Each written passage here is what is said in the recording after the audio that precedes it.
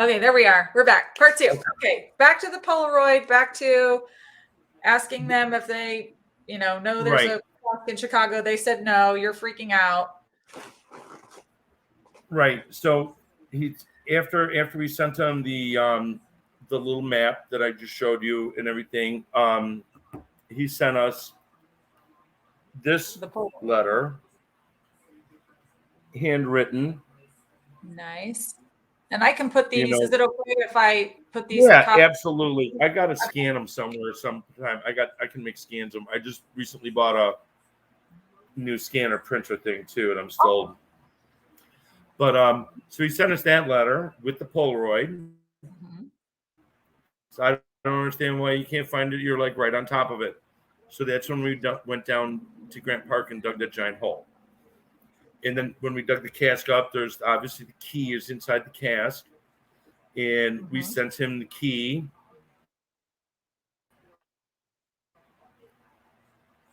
And then within 2 weeks, I can't remember how long it was. I mean, we didn't have the key for a couple days, because we had the key and we were like, okay, we're going to send it in and get our gemstone.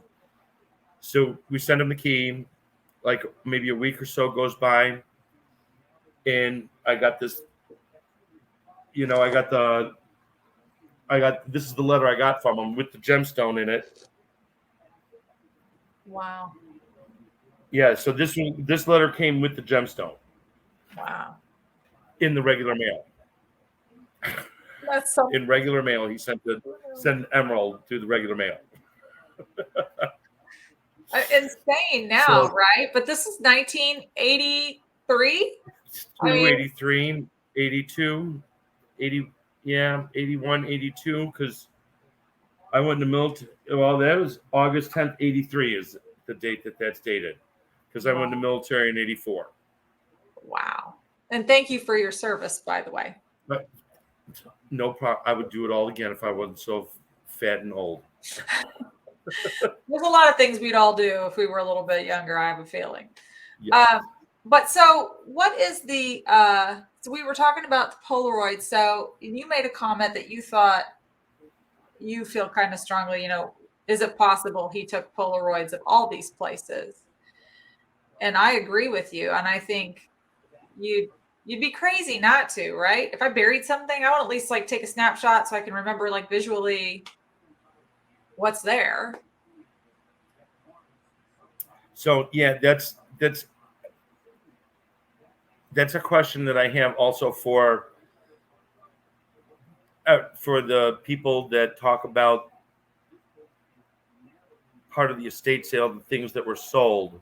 Mm-hmm. I don't know exactly the whole story about that, but whoever it was that bought part of the estate has part of the secret treasure documents in it, right? Is whatever I heard. So I don't know if those Polaroids are part of that, or if they even exist anymore. Yeah, that's a good question.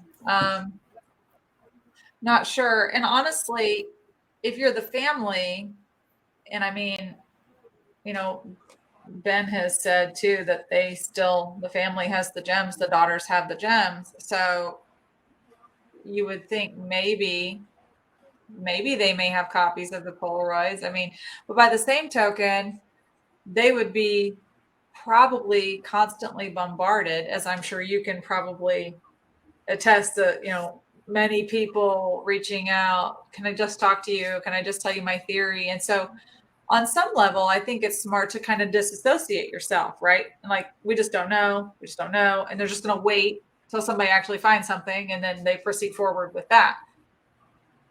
Yeah, the hard thing is people do contact me and they send me their theories. I've read through some of them. And the most difficult thing for me to tell people is that, why is this doing this? Oh, hold on. Are you still here? Are you still here? Hold on. Yeah, I'm here. It's okay. We can always just edit it out Because it's or we can leave it in and let people just see how really old I I'm am. going to look at my battery because it did the same thing again. Oh, okay. Yeah, we're gonna It make sure. dimmed a second. Yeah, I noticed that your audio got just a little bit slower, but What? could Okay, okay. I think it's okay. okay.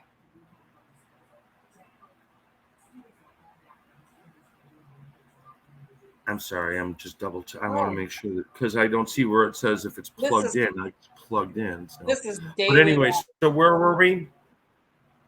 So Um, where were we? You said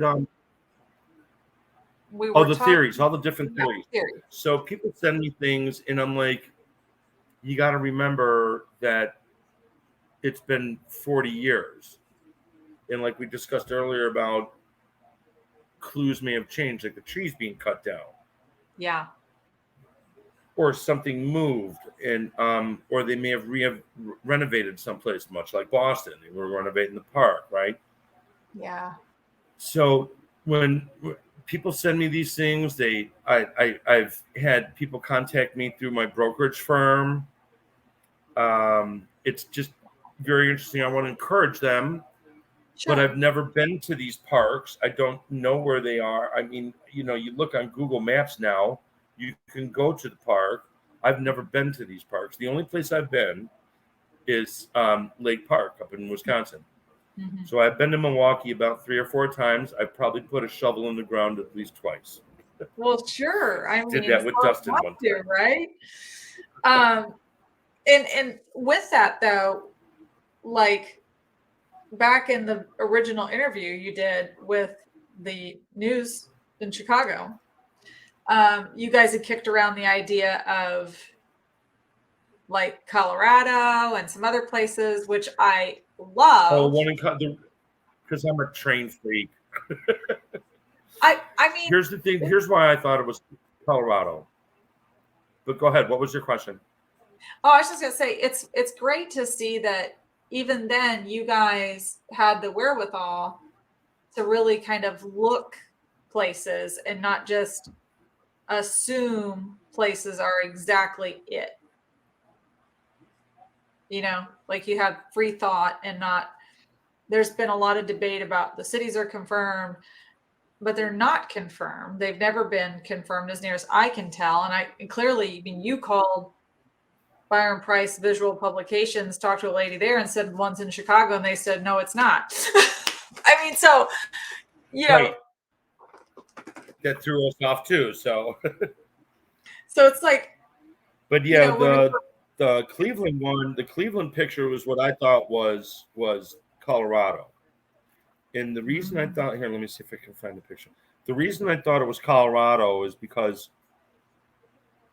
the centaur on top of the archway is wearing what appears to be like a miner's helmet. right. Okay, and I thought that the ball on top of the Cleveland, right in front of the centaur, has like a triangle on it, Yeah. which I believe is like a isn't it like a geographical marker for like a mountain? Yeah. I believe I'm not sure. And I That's thought an the archway interesting thought. looked like a tunnel entrance for I like a love that railroad. because you just brought up something I hadn't even thought about, Rob, is the idea, and this is why I always try to like put my 1980s glasses on, but there's a good possibility that some of those symbols that are painted do match different key elements in, say, a Rand McNally map. That's It it smart. could be. Because when you said the triangle and then you thought that indicated the mountains, I'm like, that is really smart. I don't think anybody has thought about that. And it would be really critical because back then Byron was expecting you guys to do what you did, go to a library, or, you know, you're going outside and getting dad's Rand McNally out of the glove compartment of the car. Right. Which is the poem that says "In the sky the water veers"? Hold on a second. That's the first one, poem The first one. 982. See, that's a yeah. So here's what I thought for the verses for the Fortress North, cold as glass. Mm-hmm. In Colorado, there's Fort Collins, Oh, that's right. which is you could have a Collins glass, That's right. right? Oh, that's so smart. Okay, so Love it. and then In the sky, the water veers. To me, I thought that would be the Great Divide. Yeah. Why my screen just dimmed again? Why is this doing this? You do have your what's it It's called? The surge protector it's clicked on. plugged in. I don't understand. Yeah, I just turned it up. It's on.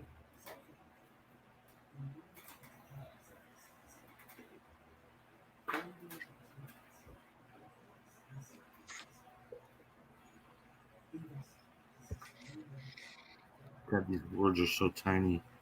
Oh, I know, right?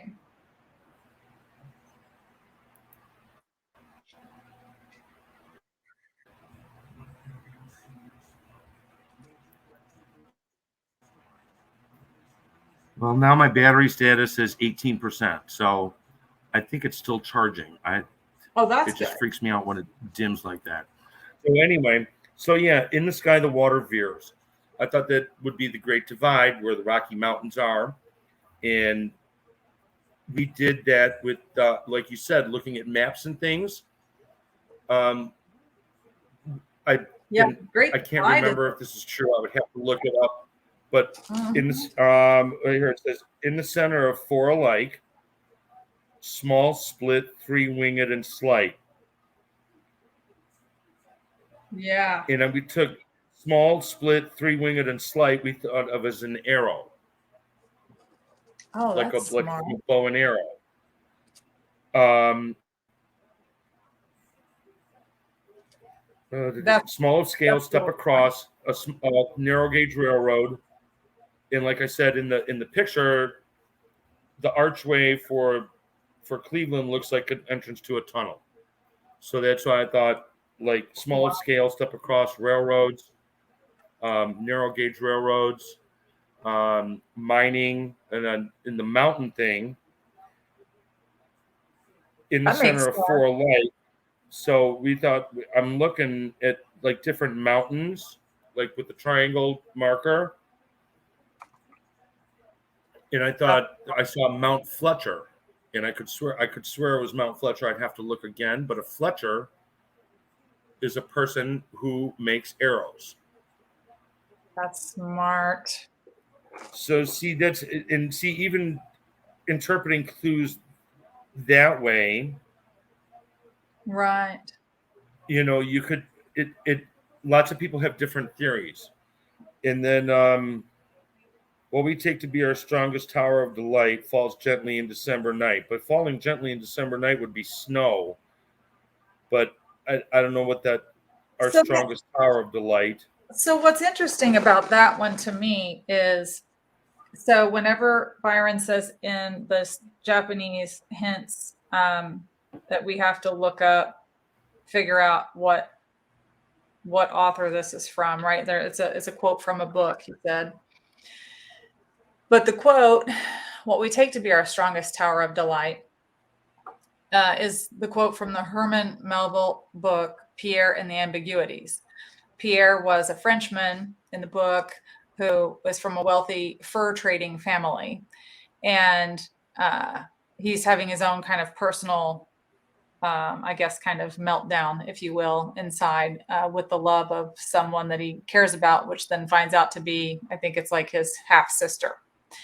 But it says, um, this is the actual quote. What we take to be our strongest tower of delight only stands at the caprice of the minutest event.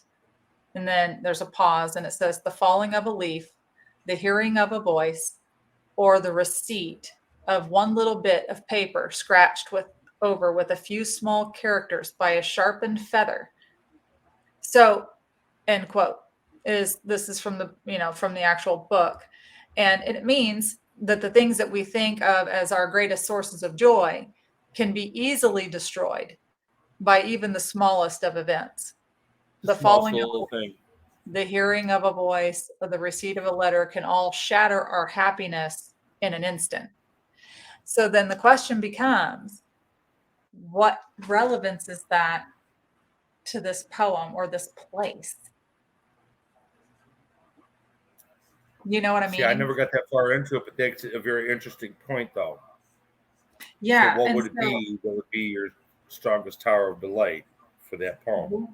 right. And so, and the ability for it to be kind of, crushed in an instant. But then he says, in December night, and then looking back from treasure ground, there's the spout. And theirs is important to look at because it's their apostrophe S, which means there is. There is. There is the spout. And so then we flip back over to the Japanese hints, and he says, Mr. Price is strongly indicating that this is some kind of fountain. The whistle sounds. So a lot of people associate this obviously with Houston because there's a train there that's 982. I struggle with that because, well, I'm not saying it's wrong because I never say that. I don't have a casque or a key. I often wonder, does 982 represent, when you take your test in 982, you have to go back to the year. And at that time, it was part of the French, essentially the Crusades with the French king. I don't know. Interesting. It's hard to say. I mean, I always like to think outside the thing about you always like to think what? I always just like to think Say outside. again, you like to think outside the box? Yeah. Okay, maybe that's you faded a little bit there. Do you have your turn up your volume a little bit? Everything's up. It's all like. Well, we are having some weather too, by the way. So I don't know if that could have something to do with it, but It might be, yeah, because now it says 20% and it says plugged in. So. Oh, good. But the thing about there's the spout, a whistle sounds. Also, when I was thinking about trains, and if you're in Colorado and the narrow gauge trains and the steam engines at the time needed water, and they would have the water towers like spaced between the stations, and the train would pull in and refill their water into the steam tanks, and the spout would come down from the water tower, and the whistle would sound on the train. So that was my point of it. But like I said, I was wrong about Colorado apparently, because the picture is obviously Cleveland. And what do people say the first poem is for? What city? They say Houston is kind of one of the ones they talk about, which I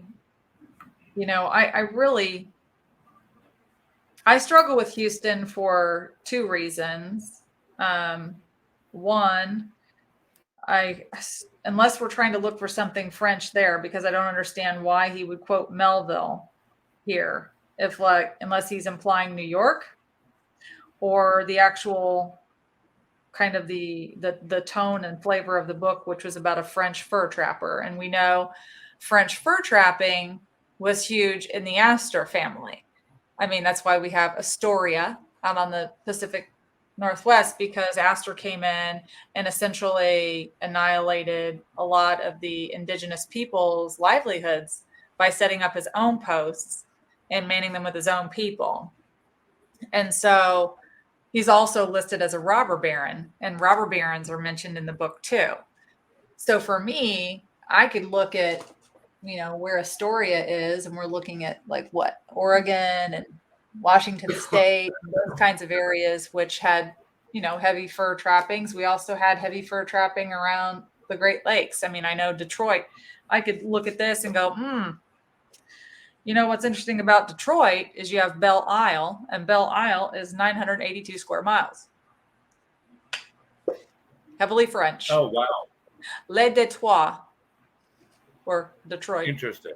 I mean, so there's things that I could look at and throw out there. People probably would say, oh, Karen's being crazy again, but I get that a lot.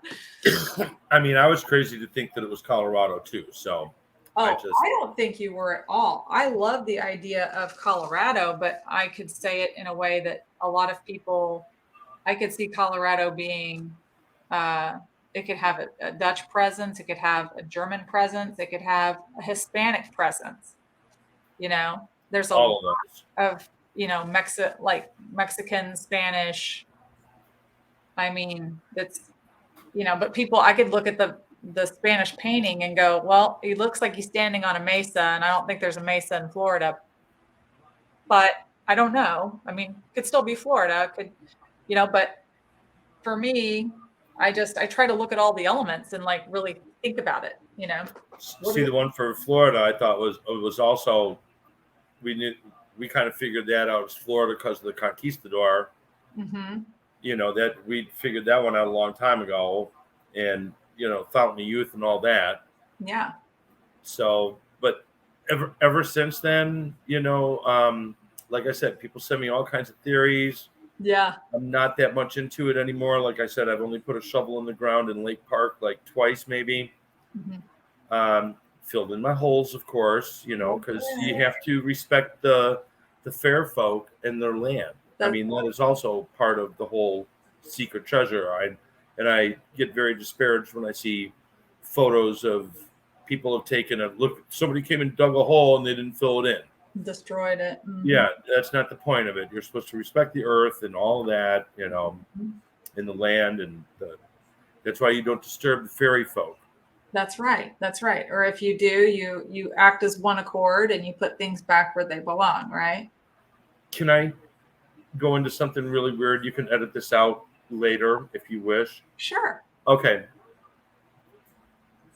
So I'm a fan of Ancient Aliens. Oh, I love it.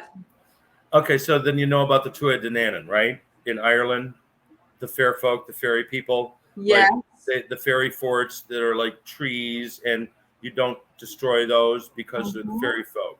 Well, and because the Celts really looked to the oak trees for a lot of their cultural beliefs and prayers. And also the Tuatha Dé Danann were they called them the She, and that's where the fairy folk came from. You weren't really allowed to say their name. Right. You were not to destroy or damage a fairy fort. Mm-hmm. One of the things on Ancient Aliens, they were interviewing, I can't remember, it was an Irish guy, and he was talking about DeLorean. And when he built his factory, he took out a fairy fort.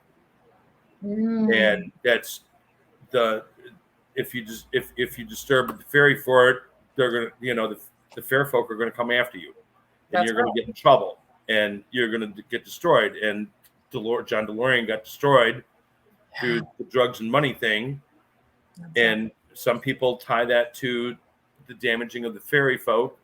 Oh, for sure. The fairy fort. Mm-hmm. So it's just an interesting. You can take that out if you want later, but it's weird. You're totally speaking my language. Yeah, you are totally speaking my language. For me, getting into the fairies and understanding their presence and what they really mean is super important, because if you go back, obviously we know Byron was raised conservative Jewish. And, in Jewish beliefs, way back, they had the first creatures that they would make out of clay called golems. Golems. Right. And so then, they had their kind of ways of using these trinkets and special things and prayer and, worship and different things for various things to happen.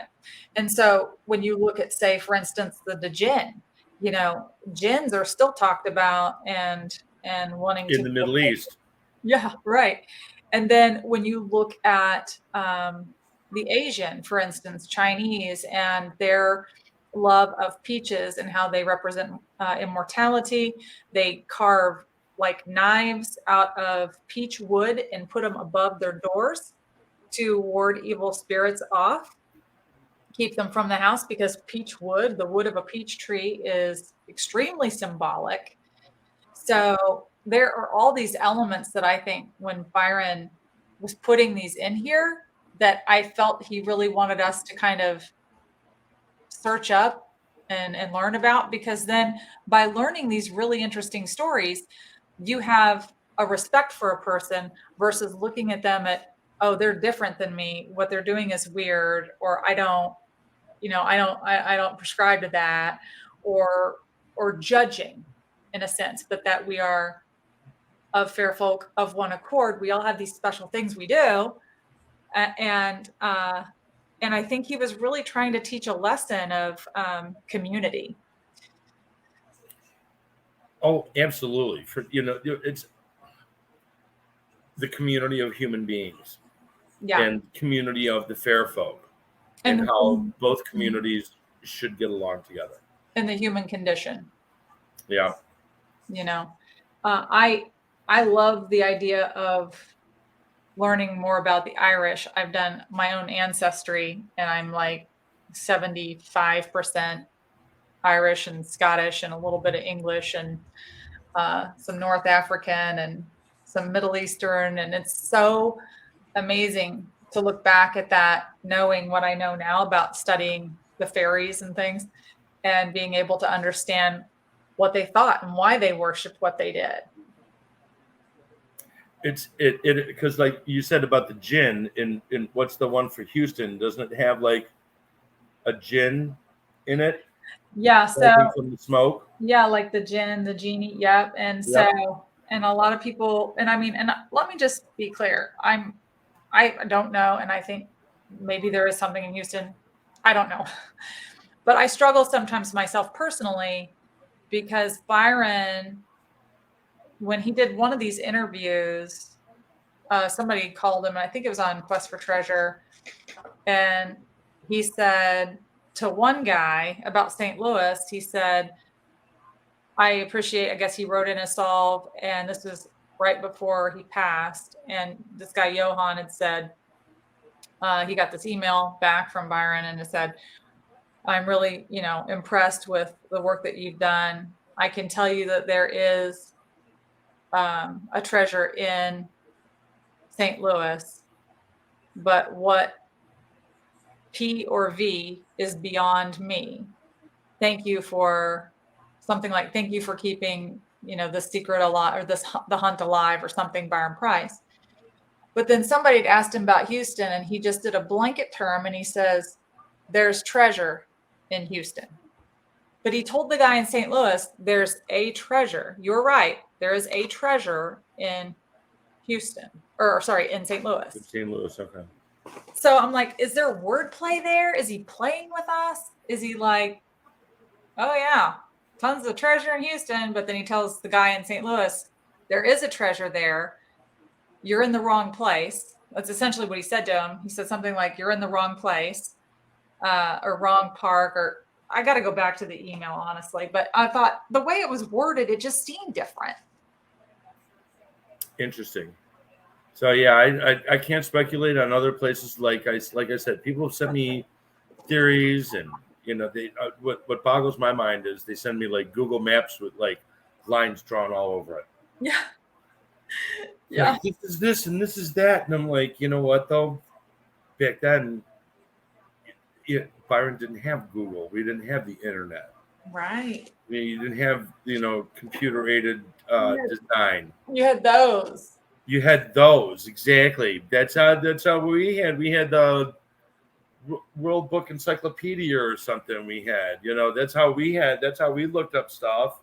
This was the dictionary that was photographed, not this specific dictionary. That was this type of dictionary that was photographed in the office where the egg guy, or what Joellen wound up saying is kind of a Humpty Dumpty, but the nomenclature, what it's called. And Ben photographed the egg guy standing in front of this kind of dictionary. And I think to myself, like, you're right. Byron wanted you to go get these books. Read and walk the treasure ground. You got to walk the site, so. Mm-hmm. Okay, so what else did you want to talk about? Because you wanted to go over some of the gifts or anything, or what else did you want to continue? Or you think you've accomplished what you've wanted to accomplish so far? Oh, well, I love accomplishing all the chat with you. I'm grateful Okay. for it. And So so, what did you want to move on to next? yeah, so I wanted to see kind of your thoughts on how, like, what maybe some people have sent to you and how it's kind of changed your life in a sense that, um, what was this, like a rebirth when Expedition Unknown came about? And then what your experience was like there and meeting the actual artist and all of that. Um, Meeting the actual artist was so much fun. Meeting John Jude and Ben and no, Ben wasn't there. It was Well, you had John Jude, you had, Andy and Brian were there, Andy right? and Brian. And yeah. Oh, and Sandy and the girls. Right, we met them later, but meeting John Jude and Andy and Brian with Eric was so much fun because we discussed so many different things about the differences in the paintings. I had the casque with me and everything, so sharing that with John Jude and showing Brian and Brian and Andy had their own little pieces of it all together. Yeah. So that private little meeting together was a great deal of fun. Oh, I bet You know, you're really in an elite club.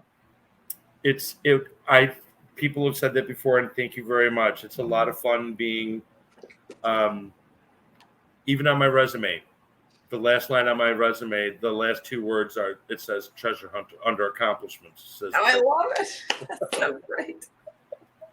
Not people look pirate. at my resume and they go, treasure hunter, what? And I go, yeah, you can Google it. Yeah, right. That is You the picture me when I was like 19. That is the best. So like this guy, if he can find treasure, he's so hired. Right, exactly. Oh, that's awesome. Well, I just so appreciate you coming on and talking about this and the 40-year anniversary of it. I mean, it's really special. It seems like there's about 9 more left out there to find. And I know some people have said, even Byron may have said at one point, I think in one interview, one might be under a parking lot or something like that. I don't know, but there has to be at least a few left. So There have to be. we just got to get our poems and our paintings right. And, if somebody would, I don't know, be as lucky to find one, it sure would be such a fun thing to experience again and share with us. So. And so you wanted to go over some of the gifts I received too, right? Yes. Okay. So one of the very first gifts I received was from a friend of mine who is actually more of a friend of my other roommate. She's from San Francisco. I think she's from San Fran. Or she might be from LA. I can't remember. She moves around. She's in the movie industry, actress, done some films and things like that. And sometimes when she also does like spokesmodel stuff. Mm-hmm. So sometimes she'll come into town and work at like McCormick Place, and she'll spend a couple, 2-3 nights in our apartment. And she found out about the treasure. But one of the first gifts I got was this keychain of an Oscar for being a TV star. Oh, that's awesome. So she gave me that. Her name is Linda Wong. She's a very nice person. Oh, wow. So she's always so very busy. When I went to Texas to see my friend, Dave, his wife gave me the little case for the emerald. Oh. So it's a little plastic case. You can open it up and, it sits the gem in like some foam in there. Let's see. Now, I don't know how to say the guy's name. The guy from the Netherlands, Arthur. Okay, Arthur. Scheid. Shiji, I think, or something. Shiji. Yeah. Okay. Yeah. Arthur sent me a 3D printed cat sculpture. Oh man, that's really cool. That's really cool. God, I see. Bless Arthur's heart. Yeah, we can totally see it. It's great. all the way up to the top with the horseman and, the windmill. Yeah. Super special. And Arthur also, he had the cartoon character, Mhm. the cartoon strip, right? Based on Calvin and Hobbes. And the wine, the grapes. So he sent me another 3D sculpture that he made with Oh, Calvin and Hobbes holding up the treasure. that's And awesome. you can see the little treasure chest right there. Oh, yeah. And it kind of looks just like it, Oh, that's awesome. but they got their shovel and everything. So Arthur sent me those before he passed. And then he also sent me a miniature replica of the key. Let me see if I can open this real quick. Oh, wow. That's super cool. The key. You The still miniature have, key. you We still never have, got the key back. We sent the key into Byron, but we never got the key sent back to us. that's what I was going to ask because it seems like, um, I know it opens. I don't want to mess with it, but it's a oh, yeah, little yeah. miniature. You can see it. Yeah. It's really awesome. And that's what the key looked like. It is. It generally looked like that. It wasn't painted though. I don't think it was, or a portion of it may have been painted. I can't recall. And so you actually still have your casque though, right? I do. And so what's painted on it? Is the whole thing painted or is it just It's just the one character. I believe there are 12. Yes. So you have like this Celtic Irish, he's got his, Wolfhound or whatever with him, his hunting dog, perhaps. yeah. And an interesting cross on his chest. True. That's fascinating. I need to ask Joellen, And like, none of the other ones are painted. so that would be that whatever is painted in the other Maybe cast. for the Irish one, right? And it could be Celtic. And the other ones, Yeah. only one character is painted on each cask, I believe. Is that correct? Yeah, well, I gathered that from looking at yours and seeing some of the other pieces Then of, we have the lid with like the mermaid. oh, that's wild. That's so cool. And like the dragon coming out of it looks like water. That's cool. You So know, evidently, so I wonder if one of those two things would be painted on, say, the Fifth part of the Mermaid. lid would be painted. Yeah, you know what I mean? Don't know. We just have And to then find here's out. the inside part of the cask, That is, the lid. and all the faces look to be painted a little differently. I would imagine a little bit differently, artist perception, Yeah. So make them all like a little different. So right. that is really special. Aw. And then when we were in New York, we all got the little secret. Oh yeah. Pin. The little pin. Oh, that's awesome. Oh, that's so cool. So who made those pins for you guys, or do you know? You know what? I think Andy, Brian and Andy Brian? Yeah, had somebody do it. may have done this, or it may have been. I'm not exactly sure, but I believe it might have also been in collaboration with Expedition Unknown. Yeah, that's super special. Because I asked about it, I emailed before it all aired, and we were emailing back and forth with Expedition Unknown.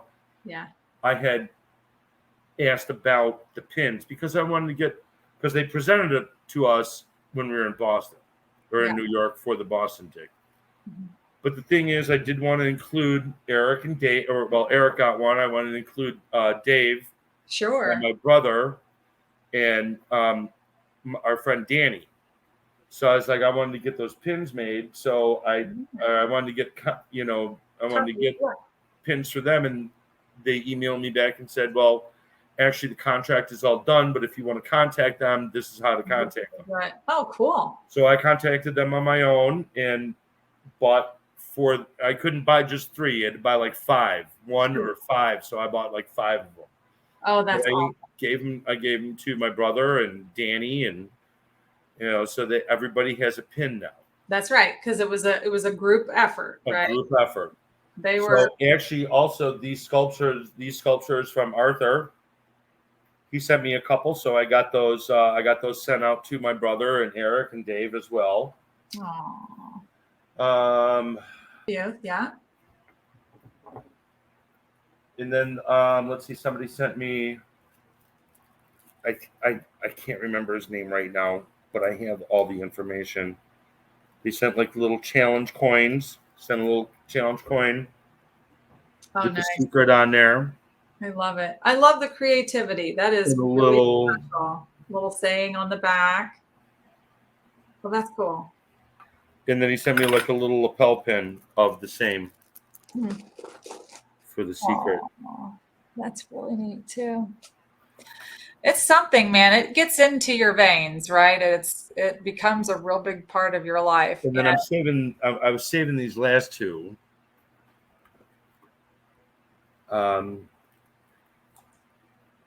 Gabriel Sambuth sent me a Christmas ornament. Oh, okay. Yeah. With like the little secret book in the treasure chest, in the key. Yeah, that's creative too. There's too much glare. But she's got like a little miniature of the secret right there. Yeah. The secret book. So one of the things when I met with Ben and Betsy in New York, of course, Ben being the photographer of the secret book, Betsy, his wife, and she, I had her sign my book too, because that's her legs that are standing in front of the Brooks Brothers sign. Oh, okay. In the book with the preps ghoul, the alligator guy. And she said that Byron would be so excited that so many people are getting back into the treasure hunt. And he would be just ecstatic with seeing the buzz around it now. And I think he would be overwhelmed with it. Yeah. It would be crazy. Yeah. And then one last 3D printed one here. Yeah. Is one of my favorites. Also had the person make copies for my brother Eric and David. Oh. With the water tower. That's cool. That is awesome. So now that you have that 3D print of the water tower, do you see any additional clues in the fan blades? You know what? We never noticed that, but people say there are numbers in it, and I can see the numbers in. They're probably longitude and latitude, and I would not necessarily dispute it. I would have to actually look up the latitude and longitudes that are included. I can't even see the numbers on here right now, but Sure. Yeah. They're in there. People, I wonder that too, because like sense. some of them seem to have those numbers a little more pronounced or prominent. And then some are just kind of like hidden or blended in a way that you're like, is that a 2? Is that a 7? Like. And the funny thing is we never even noticed the numbers in the weather vanes. We didn't even notice those clues. See, and that makes me wonder, and you make my point here, that in some ways this was very localized. So that if you're a kid in Chicago and you're like, oh, wait, there's the water tower, right? Like exactly. Living and growing up in southern Indiana and the hills of Indiana, never would have seen that. Never would have put that together in my mind, even though I've been to Chicago a lot. But like, it feels like on some level, some of these are really for local readers. I would imagine. I would agree with that. I would think that you would have to be someone local to recognize the first parts of the clue. Yeah. It would lead to the city. Yeah. Oh yeah, you would have to be. And then again, it was the 80s. And like I said, so many things have changed, And if you and you do have to walk through the park. You do. People say boots on the ground. Yes, you do have to do that. Yeah. You can't find it by looking at Google Maps, drawing lines all over the place. Yeah, I mean, I think there's something to be said about being there in the element, um, walking through it, trying to see the things the way that Byron saw them, and working that angle. A lot of people will use Google Maps and they'll think, oh, here's the, this is where this cask is, and they firmly believe it. And it's very difficult because even when you think about New York City and say, for instance, Central Park, you really don't grasp the feel of the park unless you're there walking in that park. And And how big it is. You don't realize how big it is either.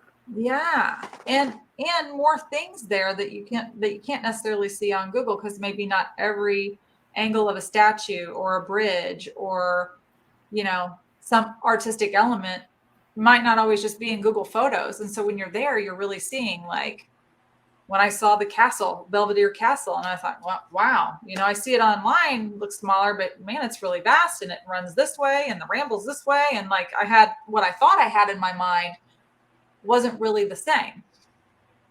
It's interesting how one might interpret things after seeing them actually in person, than reading about it and thinking one thing, and then actually going and seeing it, and how that might change your view as well. Yeah. Oh, for sure. And so I don't know. I am grateful that the hunt's still alive, and I'm grateful you shared all this with us today. And my favorite one, right, so far recently, is your Cobb coin. Yay! There's my Cobb coin. Thank you. Yeah. Oh, and another one, and I didn't show this one yet either. This was from a gentleman who came into town and contacted me on Facebook and said, "Hey, I'm going to be in." But it was a calendar that he had printed out. I haven't even opened it yet. I'm almost scared to open it because I don't want to, damage anything. But all the, that is really, really special. People really look up to you, and they, value your opinion and what you say about how this process was for you. And I mean, you're kind of like that, that time warp when we can go back and you can say, this was my experience, because, with Byron's passing and things just being said in crazy ways and things out there, like, what we do know is the family respects. If you find a box, they're going to help you out. They're going to, they want to make right by Byron because it meant a lot to him. Originally, this was a pretty big passion project for him that started in 79, from what I understand.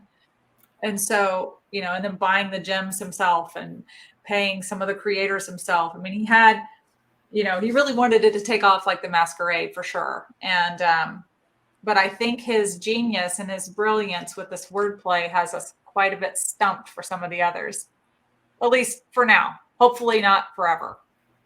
Hopefully we'll get somebody to find one very soon. That would be very nice. I know. And lots of fun to do. We got to do it.